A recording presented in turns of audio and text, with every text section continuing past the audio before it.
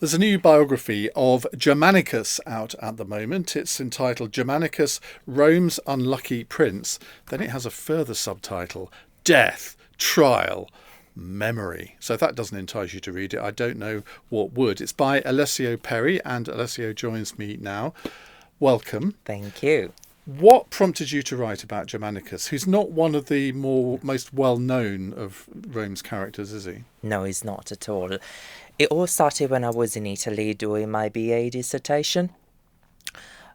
Obviously, I was struggling to find something that hadn't been kind of covered yet as much for a BA dissertation, and I was prompted about the trial, actually, that happened after Germanicus mysteriously died in 19 AD.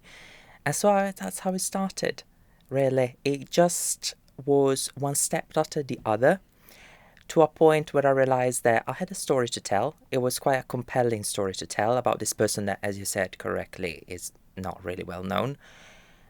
And here it is, like after how many years? 15 years, almost? No, less than that, like 10 years or so. It has seen the light finally in a different shape as it started, but the majority of things are still there. So who was he? So he was the grandson of Emperor Augustus. People may be more acquainted with him than with Tiberius, who was his uncle. Germanicus was meant to inherit the throne after Tiberius passed away, but he died beforehand. And the whole controversy about this figure is that he mysteriously died, or so the sources tell us, at 33. And there were allegations that had been poisoned, including by his own uncle. And this is the whole point of the controversy, is that there's the emperor and his mother that would have actually killed his nephew because he was basically jealous of his own popularity with the people of Rome and with the army. And you start the book off with his death, which is an Yes. unusual way to start the book and look at sort of Yes. the circumstances that led up to it. And I suppose that is one of the fascinations of ancient Rome: the struggles, the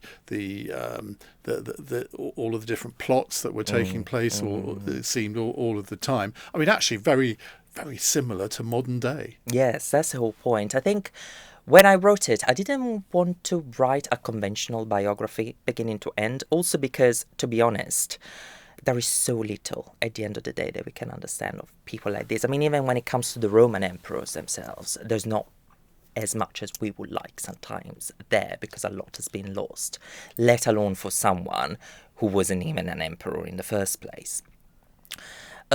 I wanted to give it also a different slant, because the death of Germanicus was actually the central event of his whole life.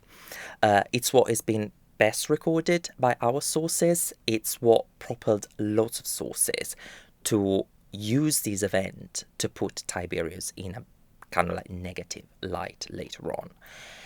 And when I wrote this book, I also did it exactly with that in mind. I thought, obviously, this is an imperial family. This was a family that at the time was transforming. They weren't even aware themselves that they weren't a private family anymore, that they were metamorphosizing into this sort of public institution, which was not clear at all at the time. And that's why there's so many people that made a lot of the members of the family took a lot of false steps. Because they were not aware that basically the table had changed. What the purpose that I wanted to achieve with this book was also to show how, history a lot of the time is made in the present. It's not very different at all, as you said, from today. The fact that we know so little from Germanicus is also because it does not come from Germanicus himself. What we know of him comes of people who lived at least a century or so later than him. But also, what we know, the kind of like the sources that these later writers used were themselves not written by Germanicus. Like, they were written by people who, sometimes have a double agenda in mind. So how do you even go about researching a book like this? Because, as you say, I mean, you can't go and talk to people who knew him or anything, or, I mean, how does it work?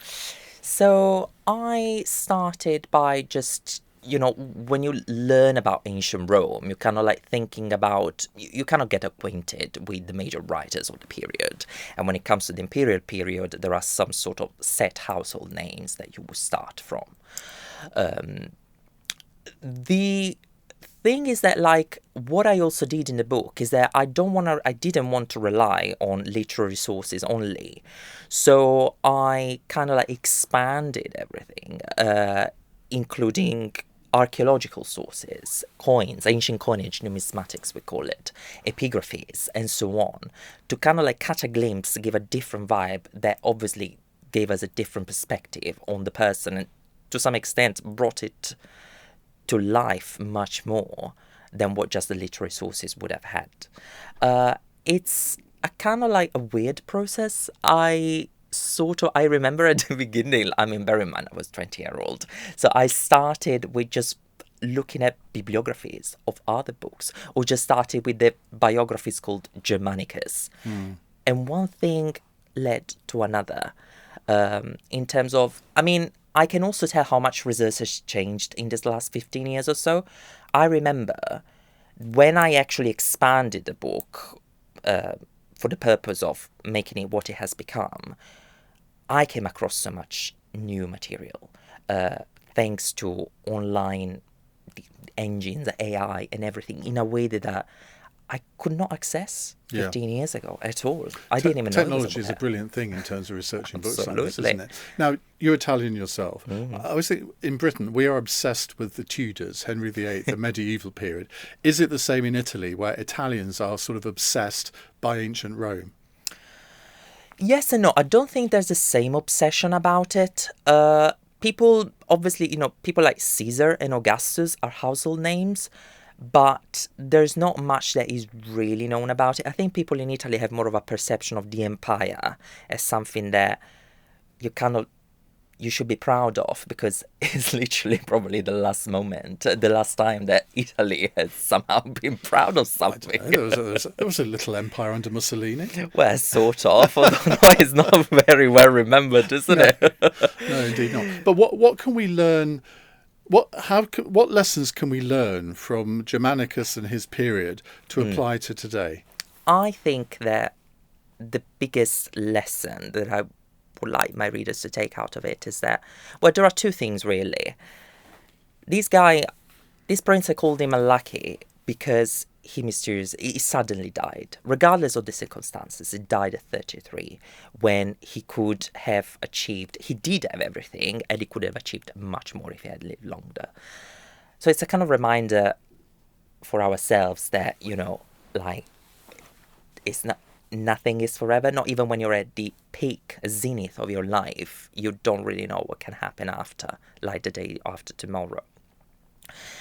The other thing is about what we can learn from his experience in general, is that it doesn't really matter the person you are sometimes, because what actually comes to shape you later on is your memory and the use that others do of it.